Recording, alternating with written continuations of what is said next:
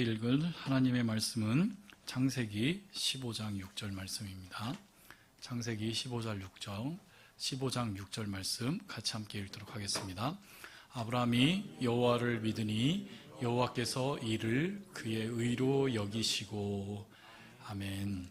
그래요. 오늘은 내 안에 심겨진 믿음이라는 제목으로 믿음에 대한 주제를 가지고 같이 함께 말씀을 나누고자 합니다. 오전에는 우리 목숨을 걸고 믿는 예수라고 해서 우리의 믿음이 어떠한 상태로 있는가라고 하는 것에 대해서 우리가 말씀을 나눴다면, 오늘은 그렇다면 그 믿음이 무엇인가라고 하는 그런 이야기들, 그런 생각들, 우리 다들 많이 신앙생활을 하면서 나에게 가진 그 믿음에 대해서 많이 생각하고 아시고 있을 거예요. 그런데 오늘 말씀을 통해서 한 번 더 정리해보고, 또 이게 정말로 하나님께서 우리에게 원하시는 믿음이었구나라는 것을 정리해볼 수 있는 그런 시간 됐으면 좋겠습니다. 여러분들, 믿음이라는 게 무엇일까요? 믿음하면 무엇이라고 이야기를 할 수 있어요? 참 많은 이야기들을 할 수 있는데, 근데 사실 이 믿음이라고 하는 이 단어가 교회 안에 사용되는 단어로 사용되어지면 우리가 말로 형용할 수 없는 그런 진리를 담고 있는 단어가 돼요. 그렇죠? 내가 가지고 있는 믿음, 그리고 하나님께서 나에게 주신 믿음, 그 믿음대로 될지어다. 할렐루야. 그렇죠? 믿음이라는 그 단어가 우리 교회 안에 세팅에서 이렇게 쓰이게 되면 그 믿음이라는 단어가 무엇인가 좀 능력이 있고 또 무언가 교회적인 용어로 쓰이는데, 근데 이 믿음이라는 단어가 교회 밖의 세상에서도 똑같이 쓰이죠. 그런데 이 믿음이라고 하는 이 단어가 교회 안에서의 쓰일 믿음과 세상에서 쓰이는 그 용어의 의미 차이가 있을까요? 없을까요? 그렇죠. 있어 보이죠? 예, 당연히 있어 보여요. 근데 한번 보세요. 우리는 그것을 세상에서 믿는 그 믿음이라고 하는 그 믿음의 의미로서, 만약에 우리가 하나님을 믿는다라고 하면 그렇게 믿는 하나님을 우리가 참된 믿음으로 신앙생활을 하고 있는 것일까? 라고 하는 질문을 하게 되는 것 같아요. 스스로 한번 질문해 보셨으면 좋겠습니다. 그러니까 세상에서 믿음이라고 하는 그 용례가 어떻게 쓰이는지를 제가 한번 3가지로 정리를 해봤어요. 세상에서 믿음은 어떤 것을 포함을 하냐면, 세상에서는 믿는다라고 하는 것은 생각한다라는 말과 동일하게 여깁니다. 그래서 인간은 생각할 수 있는 그 범주 안에서 나는 믿을 수 있다라고 표현을 해요. 그러니까 생각에는 오감, 우리가 느낄 수 있는 이 감각이 다 포함이 되고 우리가 인지되는 그런 경험도 포함이 됩니다. 그래서 미국의 속담에서는 Seeing is believing 이라고 해서 보는 것은 다 믿는 것이다, 보이는 것이 다 믿는 것이다 라고 하는 그런 속담이 있어요. 그러니까 사람들은 이 세상에 어떠한 것들을 믿는 것은 그 믿음에 믿는다라고 했을 때에 그 믿음의 대상이 사람들의 생각, 감지되어지고 감각되어지고 나의 지식 속에서 이해가 되어지는 것들, 그런 것들을 믿는다 또는 믿을 수 있다라고 이렇게 생각을 해요. 그래서 막상 여러분들이 나는 무엇을 믿는다, 누구를 믿는다, 하나님 말고요, 이 세상에서 무언가를 믿는다라고 하는 믿을 수 있음에 대한 대상을 한번 여러분들 생각해 보세요. 여러분들은 어떤 것을 믿습니까? 어떤 것을 믿을 수 있어요? 무엇을 믿을 수 있어요? 이렇게 이야기를 하면 우리가 믿는다라고 하는 대상을 표현하면서 어떤 사람을 떠올리게 됩니다. 가령 예를 들어서 사람들 가운데는 교만한 사람들은 이래요. 나는 이 세상에 나 자신 외에는 믿지 못한다 라고 하는 그런 표현도 들어가 있어요. 그렇죠? 그러니까 이 세상에 있는 모든 사람들은 믿을 수 있다 없다? 없다라고 하는 그런 표현이 있죠. 그런데 많은 사람들이 쉽게 내가 믿을 수 있는 사람 하면 누구를 제일 먼저 떠올리며 이야기를 하냐면 내 아내, 내 남편, 나의 배우자 믿을 수 있다라고 그런 이야기를 하지요. 그렇죠. 아니면 나의 아들, 아니면 나의 어머니, 아버지, 나의 가족 안에서 나는 믿을 수 있다라고 그렇게 표현도 합니다. 아니면 나의 가장 중마고 나랑 가장 친한 친구, 내가 그 친구만큼은 믿을 수 있지. 뭐 그렇게 표현도 하고요. 나는 변목사 정도면 믿을 수 있어. 그렇게 표현을 해주시면 감사하고요. 그렇게 할 수 있어라고 하는, 믿는다라고 하는 그런 이야기를 우리는 참 많이 합니다. 그러니까 어느 누군가 믿을 수 있는 대상을 정해놓고 그 사람의 인격과 그 사람의 삶과 그 사람의 모든 것을 평가해 본 결과, 그리고 나와 얼마나 친밀한가, 나의 모든 것을 얼마나 비밀을 공유하며 살아가고 있는 그 친밀함을 가지고 있는가라고 하는 그 모든 것을 따져서 그런 믿을 수 있는 대상은 나에게 있어 하며 그 사람을 믿는다라고 이야기를 해요. 근데 여러분, 그렇게 믿으면 어떻게 되죠? 믿는 도끼에 발등을 지킵니다. 왜 그런 줄 아세요? 왜냐하면 나를 포함해서 모든 인간들은 항상 어떤 존재예요? 변하는 존재예요. 인간들은 우리가 믿고 따를 수 있다라고 하는 이 인생의 모든 인생의 대상들은 전부 다 나와 똑같은 인간들이고 그 인간들은 변해요. 그래서 우리나라 속담이 맞아요. 믿는 도끼에 어떻게 된다고요? 발등 찍히죠. 많이 찍혀봤죠? 남편한테 찍혀봤잖아요. 그렇지 않으셨어요? 아들내미한테 발등 찍혀보신 적 없어요? 사람을 믿지 마세요.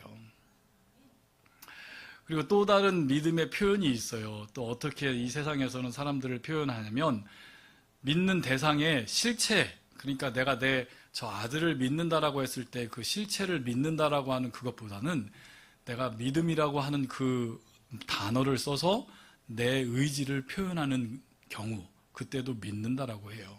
그러니까 예를 들어서 만약에 사고를 쳐서 내 아들이 지금 경찰서에서 구치소에 잡혀 있어요. 전화가 왔어요. 지금 당신 자식이 지금 사고를 쳐서 지금 구치소에 들어와 있는데 지금 빨리 오라고. 그럼 구치소에 있는 아들을 보면서 엄마가 아빠가 해줄 수 있는 말이 뭐가 있어요? 너 이 자식 무슨 일 잘못해서 때릴 수도 있지만 눈물 뚝뚝 흘리며 고통스러워하고, 그리고 자기는 누명 썼다고 하는 그 아들이 엄마한테 엄마 아니에요 나 누명 썼어요 하는 그 아들의 변명을 듣고 엄마는 뭐라고 이야기할 수밖에 없어요. 엄마는 아들 믿어. 그런 표현을 하죠. 엄마는 아들을 믿어. 나는 남편을 믿어.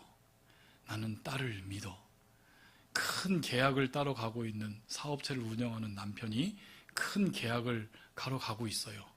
그러면은 그 계약을 따러 가고 있는 남편을 보면서 아내들은 뭐라고 응원을 해줘요? 여보, 믿어. 그렇게 하죠. 굳이 이런 믿음의 대상이 뭐 가족뿐만 아니라 여러분의 친구도 될 수 있고, 뭐 지도자가 될 수도 있고, 정치인도 될 수 있고, 어느 누구나 믿어도 나는 당신을 믿습니다. 나는 당신을 정말로 신뢰할 수 있다라고 하는 그런 표현은 그 믿음의 대상을 향해서 나의 의지를 반영하고 나의 의지가 점철되기를 표현하는 그런 표현으로서의 믿음을 이야기를 합니다. 하지만 그렇게 믿는다고 했을 때에 그 믿음이 어떻게 되죠?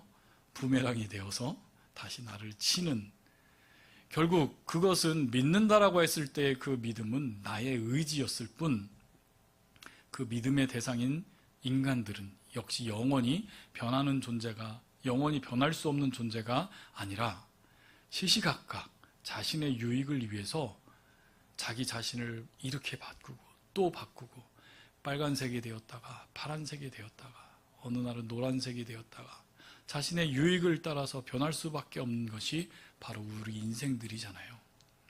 심지어는 우리 가족들이라도, 나의 자녀들이라도. 그러니 인생을 믿어야 될까요? 말아야 될까요? 또 다른 의미로서의 믿음의 표현을 이렇게 해요. 가령 예를 들어서 나는 사랑의 힘을 믿는다. 그런 표현 하잖아요. 그렇죠. 나는 과학의 힘을, 과학의 능력을 믿는다라고 하면서 이 세상에는 실체로 존재하지는 않지만 어떤 의미로서 우리에게 이야기되어지는 것들, 추상명사들이죠. 사랑, 소망, 믿음, 뭐 그런 것들, 기쁨, 그런 모든 것들에 대해서 실체하지는 않아요. 그런데 우리의 감정들을 이야기를 하고 우리들의 감정들이 같이 함께 있음을 이야기를 하니까 그것들을 믿는다라고 사실은 이야기하고 표현을 한다고 합니다. 그런데 있잖아요. 역시 그런 것들 믿으면 어떻게 되죠? 발등 찍혀요. 무슨 인간들 앞에서 사랑의 힘이 있어요. 그렇죠? 왜요? 역시 우리가 믿는다고 하는 그 모든 것들은 우리 인간 안에서 다 변하는 것들입니다. 영원한 사랑이 어디 있어요?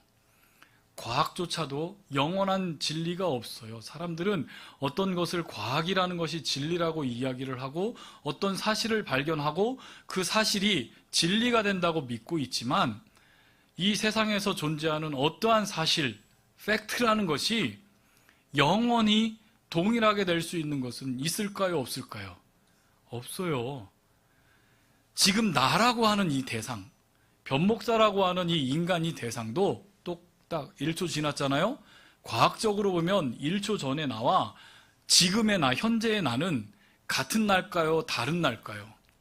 다르다고 해요. 숨도 쉬고 뭐 침도 나오고 내가 똑같은 나로 보지 않는 게 이 세상의 과학의 진리라고요. 그러니까 1초 전에 나도 나와 똑같은 사람이 아닌데 우리는 이 세상을 살아가면서 인간의 세상에서 나는 무엇인가를 믿는다라고 하는 그 믿음의 그 범위가 내가 믿는다라고 하는 그 범위 자체가 인간들이든 이 세상에 있는 것들이든 그것이 나의 존재가 되어서 그냥 이 존재에 대해서 내가 믿는다라고 이야기를 하고 그게 내 의지를 표현하는 것이 될 수도 있고 존재하지는 않지만 어떤 추상적인 그런 가치관들을 내가 믿는다라고 하면서 이 세상은 믿음을 그렇게 표현을 해요. 그렇다면 우리가 하나님을 믿는데 그 하나님을 믿는다라고 하는 그 믿음이 어떤 범주에서 하나님을 믿는다고 하는 것 같아요? 하나님께서는 보이지 않으시지만 실체로 있지는 않지만 그 하나님은 내가 믿어. 그런 의미에서 우리가 믿는다고 이야기를 하나요? 아니면 마치 내가 아들, 내가 믿어 하는 것처럼 내 의지를 표현하는 것처럼 주님, 제가 주님을 믿습니다. 그렇게 믿음을 표현하나요? 사람들은 보지 못하지만 나는 나와 함께 인격적으로 만나주시는 우리 주님을 내가 알기에 그 주님을 내가 인격적으로 만났기에 그 주님을 내가 믿어 라고 하면서 그 믿음을 우리는 표현하면서 나는 하나님을 믿는다 그렇게 이야기를 하나요? 어떤 방식으로 우리는 하나님을 그렇게 믿어 나가고 있는가 하는 이야기를 하는 거예요. 나는 하나님을 어떻게 믿고 있어요, 여러분? 근데 한번 우리는 하나님에 대해서 우리가 조금만 질문하면 우리가 하나님을 믿는 믿음이 어떻게 해야 되는가를 다시 한번 고민하게 만들어요. 왜요? 하나님은 어떤 하나님이시죠? 창조주 하나님이십니다. 전지전능하신 하나님이시고 영원하신 하나님이세요. 우리는요, 피조물이잖아요. 우리는 그 관계를 아는 사람들은 내가 하나님을 믿을 수 있다라는 것을 우리가 감히 이야기할 수 있는 그런 존재가 아님을 우리는 알게 돼요. 그렇지 않나요? 창조주를 피조물인 내 안에 담을 수 있어요? 불가능하잖아요. 근데 우리는 아무런 고민 없이 그 하나님을 내가 믿는다라고 이야기를 하며 그 하나님을 믿는 그 신앙의 대상으로 우리가 이 세상에서 나아가고 있다고요. 그런데 그 하나님은 영원히 변함없는 하나님이신데 우리가 그 하나님을 믿는 그 믿음의 대상으로서 하나님을 삼고 이 세상이 이야기하는 믿음의 논리로 그 하나님을 믿으면서 정의하고 그 하나님을 믿어 나간다는 것을 우리가 안다면 어쩌면은 우리가 그 하나님을 믿는 것이 잘못된 믿음 아닐까? 라고 하는 두려움이 생기게 된다고요. 저는 정말로 그랬다고요. 제가 믿음에 대해서 고민하면서 생각하다가 생각이 여기까지 미치니까 내가 믿는다는 그 하나님, 그래 하나님이라고 하는 존재를 내가 믿고 있어. 그런데 그 하나님은 영원하신 하나님이시고 전지전능하신 하나님이시고 설명할 수 없는 영원하신 그 하나님을, 그 창조주이신 하나님을 내가 어떻게 감히 쉽게 믿는다라는 이야기를 할 수 있지? 내가 정말로 제대로 믿고 있는 걸까? 내가 정말로 참된 신앙인으로서 그 하나님을 하나님의 그 하나님으로 내가 믿고 있는 걸까라고 하는 그런 두려움에 휩싸였던 적이 사실은 너무너무 많이 있었던 것 같아요. 그런데 그 두려움을 떨쳐버릴 수 있게 만들어준 성경 구절이 있는데 그게 바로 오늘 같이 함께 읽은 성경 구절이에요. 창세기 15장 6절 말씀에 이렇게 이야기를 했죠. 아브라함이 여호와를 믿으니 여호와께서 이를 그의 의로 여기셨다라고 말씀을 해주셨어요. 구약 성경에서 여기서 믿으니라고 하는 그 믿었다라고 하는 그 동사가 우리 잘 아는 동사예요. 예수님의 이름으로 기도합니다. 어떻게 하죠? 아멘. 그래요. 여기서 이 믿었다라고 하는 것은 아멘이에요. 아멘이 믿음의 표현이라고요. 동의합니다. 당신이 모든 하는 일에 내가 철저하게 내가 동의하면서 내가 당신의 모든 것을 내가 받아들입니다. 라고 하는 그 표현이 믿으니 아브라함이 여호와를 믿었다. 여호와께 아멘하였다. 라고 하는 그 표현이 바로 여기 있다라는 거예요. 그런데 창세기 15장에 쓰였던 아브라함이 여호와를 믿었다라고 하는 그 시점을 우리가 조금만 생각해 보면 그 믿음은 이방인이었던 우리가 그 하나님을 처음 받아들이고 믿었던 그 믿음과는 뭔가 좀 개념적인 차이가 있어 보여요. 어떻게 차이가 있냐면 창세기 15장에 있는 저 아브라함의 상태는 이미 아브라함은 갈대아 우르를 떠나서 어디에 거주하는 사람? 가나안 땅에 거주하였던 아브라함이에요. 그러니까 가나안에 들어와서 가뭄이 있어서 저 이집트까지 도망갔다가 이집트에서 바로 왕이 자기 아내 사레를 막 아내로 잡으려고 했을 때에 하나님이 어떻게 하죠? 바로의 꿈에 나타나서 너 사라 건들면 어떻게 돼? 너 죽어. 하나님이 그렇게 핍박을 하고 그렇게 위협을 해서 그 사라를 꺼내 주셨고, 또 어떤 일이 있었냐면 롯이라고 하는 그 조카를 데려왔는데 문제가 너무 많이 생기는 거예요. 본토 친척을 떠나려는데 온전히 의지하지 못하고 온전히 순종하지 못했던 이자에게 어떻게 해요? 롯을 떠나보내요. 근데 이 롯이 소돔과 고모라에서 또 노예가 돼서 전쟁 때문에 잡혀가요. 그런데 이 전쟁이 돼서 세상 왕들에게, 소돔 왕들에게 잡혀갔던 이 롯을 어떻게 해요? 이 아브라함이 군사들과 함께 구해내요. 그리고 구해낸 상태에서 멜기세덱이라고 하는 그런 놀라운 제사장 앞에 11조를 드리죠. 그러니까 어떤 상태예요? 이 아브라함은 이미 하나님을 알고 믿고 있는 상태였다라는 거예요. 그런데 알고 믿고 있는 상태에서 아브라함이 누구를 믿었다고 해요? 하나님을 믿었다고 하잖아요. 그렇죠?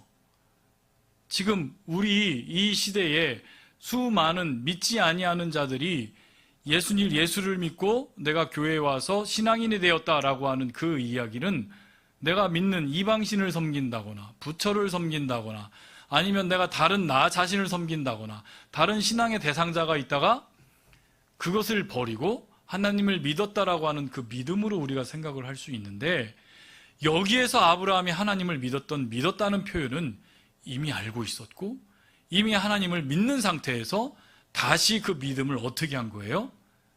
재확인해 주는 믿음. 그런 믿음을 믿었다라고 성경은 표현했다라는 거예요. 그래서 구약 성경에 보면 수많은 이스라엘 백성들이 있잖아요. 이스라엘 백성들이 하나님 앞에 그 하나님을 믿는 백성으로 살잖아요. 근데 그들이 어떻게 믿어요? 부모로부터 믿고 이미 알고 있는 하나님, 이미 그들의 가족 속에, 그들의 역사 속에, 그들의 나라 속에 믿고 있는 그 하나님을 계속 믿는 그 상태로 확인되어지는 것, 그거를 성경에서는 믿음이라고 그렇게 표현을 하고 있다는 것이에요. 그런데 그 믿었다라고 하는 그 표현이, 아멘이라고 하는 그 표현 안에는 어떤 것이 들어있냐면 하나님의 신실하심이 그에게 묻어 들어가서 신실하신 그 하나님께서 자기의 백성을 온전히 돌아보시겠다라고 하는 그 약속, 그러니까 하나님의 그 신실하심 앞에 그 하나님의 신실하심이 하나님의 백성들을 찾아가 내가 너를 내 백성 삼아주시는 것, 그것이 아멘이라고 하는 그 단어에 녹아져 있다라는 것이에요. 그러니까 하나님께서는 하나님의 백성들을 한 마음으로, 신실하신 마음으로 끝까지 사랑해 주면서 그 신실하심이 하나님의 백성들에게 끝까지 유효하게 미치기 때문에 하나님의 그 신실함에 의지하여서 하나님의 백성들이 어떻게 되냐면 반응하게 된 게 바로 이 믿음이라는 것입니다. 그래서 이 표현, 아브라함이 하나님을 믿었다라고 하는 그 표현은 아브라함이 마치 자기의 모든 결정권을 가지고, 의지를 가지고 내가 주체가 되어서, 아브라함이 주체가 되어서 내가 하나님을 믿습니다, 그렇게 이야기한 것처럼 표현되지만 이미 아브라함에게는 하나님을 믿는 믿음이 있었다는 거예요, 없었다는 거예요? 믿음이 있었던 그 안에서, 그걸 달리 표현하면 하나님의 신실하심을 아는 그 경험 안에서 자연스럽게 하나님의 신실함에 반응되어져서 나와지는 것, 그것이 무엇으로요? 믿음으로 나와지는 것. 다른 이야기로 하면 내가 믿은 게 아니라 내가 하나님을 어떻게 된 거예요? 믿어지게 된 거예요. 그러니까 믿음이 나에게서 있는 게 아니라 믿음이 어떻게 된 거라고요? 하나님의 믿음으로부터 믿음이 나에게 심겨진 것, 그 믿음이 하나님의 신실하심에 반응되어져서 나의 믿음이 표출되어지는 것, 표현되어지는 것, 그것을 성경은 아브라함이 하나님을 믿음해라고 성경에서 적고 있다는 것이에요. 이거는 동일해요. 지금 신약시대를 살고 있는 우리 믿음, 그리고 저와 여러분이 갖고 있는 믿음 역시도 마치 우리가 이방인이었기 때문에 이스라엘 백성들은 하나님 밖에 다른 이방신을 섬길 수 있는 기회가 없었잖아요. 그래서 그 하나님을 믿고 믿을 수밖에 없었다라고 우리는 착각하고 있어요. 그리고 우리는 이방인들은 우리가 예전에 섬겼던 이방신을 벗어버리고 그 하나님을 내가 선택해서 그 하나님을 내가 믿었다 생각하고 있지만 그게 아니에요. 신약시대에도 지금 이 21세기 우리에게도 하나님께서는 우리를 사랑하심을, 어떻게 우리를 선택하심을, 우리에게 심겨준 믿음을 어떻게 너희들이 심겨져 있는가를 이야기를 하냐면 로마서 8장 29절 말씀을 통해서 확인할 수 있어요. 하나님이 미리 아신 자들을, 여기서 뭐라고 표현해요? 미리 아신 자들을. 마치 우리는 이방신을 버리고 하나님께 내가 온 것처럼 내가 느껴지고 내가 믿었다라고 감히 이야기할 수 있지만 그게 아니에요. 성경의 원리는 하나님의 백성들을 하나님께서 어떻게 하셨다고요? 미리 하셨다고요. 미리 하셨다고요. 하나님의 형상을 본받게 하기 위해서 미리 정해진 자들이 누가 있다고요? 하나님의 백성으로 저와 여러분을 맞아주셨다라는 거예요. 미리 이미 알아주신 그 하나님의 신실하심이 저와 여러분에게 들어왔을 때에 그것이 어느 순간 누군가에 전해진 그 복음 앞에 그것이 반응이 되어져서 내가 하나님을 믿어지게 된 것, 그게 참된 믿음이라고 성경을 이야기를 해요. 그 미리 아심이 언제적인지 바울 사도는 이렇게 또 표현을 해요.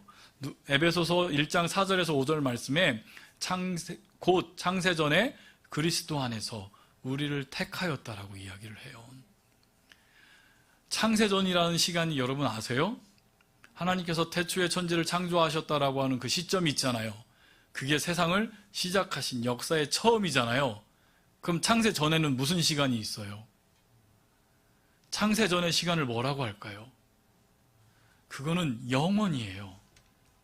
하나님의 영원하신 시간이 있었다라는 거예요. 하나님께서 시간을 창조하시고 시간 역사 하나님의 창조물로 우리들에게 역사 속에 주셨지만 그 하나님은 시간을 초월하시는 분이시잖아요. 그 하나님의 시간을 무엇이라고 우리는 표현해요? 영원함으로 표현해요. 그러니까 그 영원하신 그 하나님 시간 안에 저와 여러분을 어떻게 해요? 미리 하셔서 미리 우리를 택해 주신 존재가 있었는데, 그 존재들이 복음을 들을 때에, 하나님의 말씀을 읽을 때에, 찬양을 할 때에, 기도할 때에 하나님의 부르심이 강권적으로 들어와 그 하나님의 신실하심이 우리에게 충분히 입혀질 때에 우리에게 심겨진 그 믿음이 어떻게 된다고요? 반응이 되어져서 우리가 믿을 수 있는 사람이 되었다라는 것입니다. 그러니까 나의 뜻대로, 나의 의지대로 내가 믿는 게 아니라 이미 그 위대한 믿음을 소유한 누가 있었어요? 하나님의 백성들이 있었던 거예요. 그래서 우리는 끊임없이 복음을 전해야 될 이유가 거기에 있는 거예요. 구원받은 백성은 하나님밖에 몰라요. 그렇잖아요. 아직 때가 안 됐을 뿐이에요. 저와 여러분이 이 대한민국이라고 하는 이방의 땅, 그것도 이방 중에 이방의 땅이잖아요. 우리는 아브라함의 백성이라고 칭할 만한 조금만큼도 피 한 방울도 우리는 섞이지 않은 이방인들 중에 이방인들이라고요. 조상 대대로 우상신을 섬겨왔고 하나님을 모르고 죄악 때문에 우상을 섬기고 살았던 이 나라에서 우리가 어떻게 그 하나님을 알게 됐고 그 하나님을 믿는 사람이 되었어요. 그래서 우리는 이렇게 고백할 수밖에 없어요. 이 믿음은 내 것이에요, 하나님 것이에요? 내가 믿는데 이 믿음은 내 것이에요, 하나님 것이에요? 한번 확인해 볼까요? 에베소서 2장 8절 말씀입니다. 같이 한번 읽을게요. 너희가 그 은혜를 인하여 믿음으로 말미암아 구원을 얻었나니 이것은 너희에게서 난 것이 아니요 하나님의 선물이니라. 우리의 믿음이 누구 거라고요? 그렇죠. 우리는 이 세상을 살아가면서 이 세상에서 배우고 말하는 믿음의 개념을 가지고 그 하나님을 믿겠다고 말하고 그 하나님을 내가 어떻게 해서든 떨쳐버리지 않겠다고 그 하나님 내가 믿겠다고 발버둥 쳤기 때문에 이 믿음 생활이 그렇게 힘들고 고달프고 외로웠던 거예요. 그 하나님을 우리가 어찌 감히 우리가 가지고 있는 인생 이성으로 우리의 생각으로 우리의 감정으로 그 하나님을 담아내며 그 하나님을 믿을 수 있겠어요? 그것을 믿겠다고 하니 얼마나 고통스럽고 힘들겠냐는 것이에요. 나의 믿음으로 하려고 했을 때기 그래서 더 힘들었다는 것이죠. 그래서 그런 게 아니에요. 그 믿음은 내 믿음이 아니에요. 하나님께서 이미 우리에게 주신 믿음으로 우리가 어떻게 되는 거예요? 믿어지는 자가 되는 거예요. 믿어지는 자가 되는 거예요. 믿음이 나의 안에서 생겨난 게 아니라 믿음이 저 바깥에서 있다가 내 안으로 어떻게 해요? 뚫고 들어온 거예요. 그래서 우리가 어떻게 하나님을 믿는 자가 됐어요. 여러분 하나님 믿으시죠? 어떻게 믿게 됐어요? 그냥 믿어졌어요. 믿어진 거잖아요. 내 의지를 발동해서 내가 믿겠노라고 내가 결심해서 그렇게 믿게 됐어요? 그렇게 생각하시면 다시 한번 신앙생활 다시 한번 점검하셔야 돼요. 그렇게 믿게 된 거 아니에요. 그냥 어느 순간 믿어졌어요. 어떻게 우리가 이 세상을 살아가면서 그 하나님을 믿을 수가 있어요? 이 과학의 세상에서 예수 그리스도를 어떻게 믿게 됐냐고요?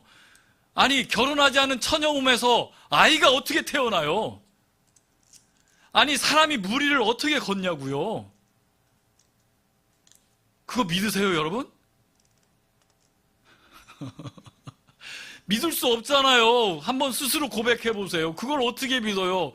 저는 지금도 내 이성으로 내 생각으로 내가 받아진 내 교육과 그 모든 내가 알고 있는 상식으로 믿을 수 없는 자예요. 근데 우리 고백하잖아요. 예수 그리스도를 믿는 자가 되었잖아요. 왜요?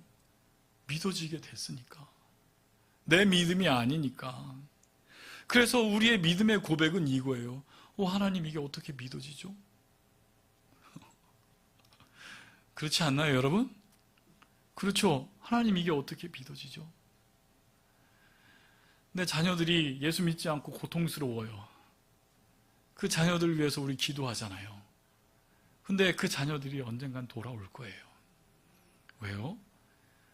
우리 주님께서 포기하지 않으실 거예요. 아직 때가 안 됐기 때문이에요. 그 믿음의 신실하심 앞에 나의 자녀들이 한 번만 반응하게 되면 우리가 걱정하는 것보다 더 잘 믿음의 사람들이 될 거라고 우리는 믿어요. 그게 바로 우리의 믿음의 고백이라는 것이에요. 어떻게 내 이성으로 하나님께서 창조했다는 그 사건을 믿을 수가 있어요? 믿을 수가 없어요. 그런데 그게 믿어지는 거예요. 그걸 뭐라고 해요? 은혜라고 하는 거예요. 그게 하나님께서 우리들에게 은혜를 주신 거예요. 십자가, 예수 그리스도의 십자가가 나랑 무슨 의미가 있어요? 나랑 무슨 관계가 있어요? 그 한낱 젊은 청년, 나이 30밖에 안 된 30대 청년이, 그것도 그 시대에 결혼 못한 청년은 바보 멍충이에요. 그 당시에 그렇게 표현받았어요. 예수님이 그런 조롱을 받았어요. 그 청년이 십자가에서 죽은 게 나랑 무슨 상관이 있어요? 근데 우리는 그걸 믿는 사람이 되었잖아요. 나의 죄를 위해서 그 피를 흘렸다는 것을 믿을 수 있는 사람이 되었잖아요. 어떻게 그런 일이 가능해요? 내 믿음이 아니기 때문이에요. 나에게 심겨진 믿음이 있기 때문이에요. 그래서 어느 순간 그것이 나에게 고백이 되어서 어떻게 믿어지죠? 내가 이걸 어떻게 믿을 수 있는 이 바보 같은 사람이 되었죠? 라고 고백할 수밖에 없는 자들이 바로 저와 여러분 그리스도인이라는 것입니다. 마지막으로 그 믿음의 실체를 한번 제가 확인시켜 드릴게요. 마태복음 16장 15절에서 17절 말씀이에요. 우리 이게 굉장히 유명한 신앙의 고백, 믿음의 고백인 건 아시죠? 누구의 믿음의 고백이에요? 베드로의 믿음의 고백이에요. 한번 읽어보겠습니다. 이르시되 너희는 나를 누구라 하느냐? 시몬 베드로가 대답하여 이르되 주는 그리스도시요 살아계신 하나님의 아들이시니이다. 예수께서 대답하여 이르시되 바요나 시몬아 내가 복되도다. 이를 내게 알게 한 이는 혈육이 아니요 하늘에 계신 내 아버지시니라. 자, 이거 너무 잘 알잖아요. 많은 제자들에게, 사람들에게 예수님이 물어봐요. 너는 나를 누구라 하느냐? 누구는 엘리야라고 합니다. 누구는 사도 요한이라고 합니다. 죽었던 사도 요한이 부활했다고 합니다. 여러 이야기들이 나와요. 그런데 뜻밖에도 이 베드로가 홈런을 치죠. 주는 그리스도시요 살아계신 하나님의 아들입니다. 엄청난 신앙의 고백을 해요. 그리고 이 신앙의 고백 위에 우리 예수님께서는 무엇을 세우셨죠? 교회를 세우셨어요. 그런데 우리는 이 믿음의 고백이 사실은 누가 입에서 누가 한 거예요? 베드로가 자기 입을 열어서 주는 그리스도시요 살아계신 하나님의 아들입니다. 지금 누가 고백한 거예요? 베드로의 신앙 고백이잖아요. 그런데 예수님께서 이 신앙 고백을 누가 한 거라고 이야기를 해줘요? 그렇죠. 이걸 알게 한 건 혈육, 너의 부모들로부터 너희들이 성경을 배워서 네가 이걸 한 게 아니다라고 하는 이야기를 해주시면서 네가 이런 고백을 할 수 있었던 이유는 너의 고백이 아니라 이 고백은 누구의 고백이었음을 예수님께서 밝혀주시는 거예요? 바로 하나님의 고백이었다라는 것.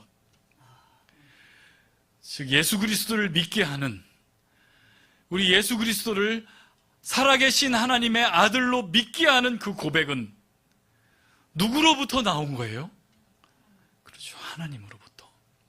우리가 가지고 있는 이 믿음의 조성자는 바로 누구임을 선언해 주시는 거예요? 바로 하나님이시라는 것. 여러분들 그걸 기억했으면 좋겠습니다. 우리 안에 들어온 믿음으로 말미암아 우리는 이렇게 살아갈 수 있는 자들이 되었습니다. 우리는 저 외부로부터 우리에게 선물로 주어진 이 믿음으로 말미암아 우리는 하나님의 무엇을 소유할 수 있게 되었냐면 하나님의 의를 우리가 소유할 수 있어서 우리가 의로운 자, 비록 더럽고 죄악에 유혹에 끊임없이 살아가는 우리들의 인생이지만 우리를 무엇으로 칭해 주신다고 하셨어요? 의인으로 칭해 주신다는 그런 은혜를 받고 살아가는 자들이 바로 저희들입니다. 우리는 믿음으로 말미암아 의롭다 하심을 얻었습니다. 우리는 믿음으로 말미암아 예수 안에서 하나님의 아들과 딸이 되는 권세를 받은 자들입니다. 오늘 말씀을 맺도록 하겠습니다. 사랑하는 성도 여러분, 믿음은 나의 것이 아닙니다. 믿음은 우리의 것이 아닙니다. 하나님께서 우리에게 주신 위대한 선물입니다. 우리는 이 세상에서 무언가를 보아야지 믿고 무언가를 경험해야지 신뢰하는 그런 연약한 존재들이지만 하나님께서 주신 믿음은 그러한 불완전함을 넘어선다는 것입니다. 이 믿음은 우리 안에서 시작된 것이 아니라 하나님께로부터 시작돼서 하나님이 미리 아신 자가 되어서 하나님께서 창세전에 하나님의 영원한 시간 안에 선택한 자들, 선택된 자들이 그 믿음에 반응해서 어떻게 믿어지는가요? 라고 고백할 수 있는 자들이 된 게 바로 저희들이라는 것입니다. 그래서 우리는 더 이상 흔들릴 필요가 없습니다. 우리의 믿음은 인간의 결단이나 노력에서 나오는 것이 아니라 하나님께서 친히 우리의 마음에 가장 깊숙한 그곳에 그 믿음을 심어 주셨기 때문입니다. 우리의 가진 이 믿음은 하나님께서 우리에게 허락하신 선물이며 영원히 변하지 않는 그 하나님의 신실하심 앞에 그것을 근거로 우리에게 주신 것임을 믿으시기 바랍니다. 그러니 여러분 어떻게 살아가시겠습니까?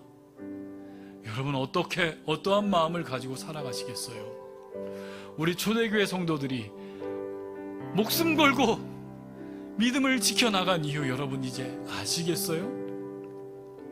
우리는 그 믿음을 받은 자답게 이 세상을 살아갑시다. 하나님의 자녀로 하나님의 선물을 받은 자로 하나님의 그 선물을 당당히 서서 이 세상을 향해서 두려워하지 말고 나아갈 수 있는 우리 성도님들 되시기를 주님의 이름으로 부탁드립니다. 우리 이 믿음은 결코 흔들리지 않습니다. 이 믿음 결코 흔들릴 존재가 아무것도 없습니다. 우리 하나님께서 저와 여러분을 끝까지 책임져 주시기 때문입니다. 우리 같이 함께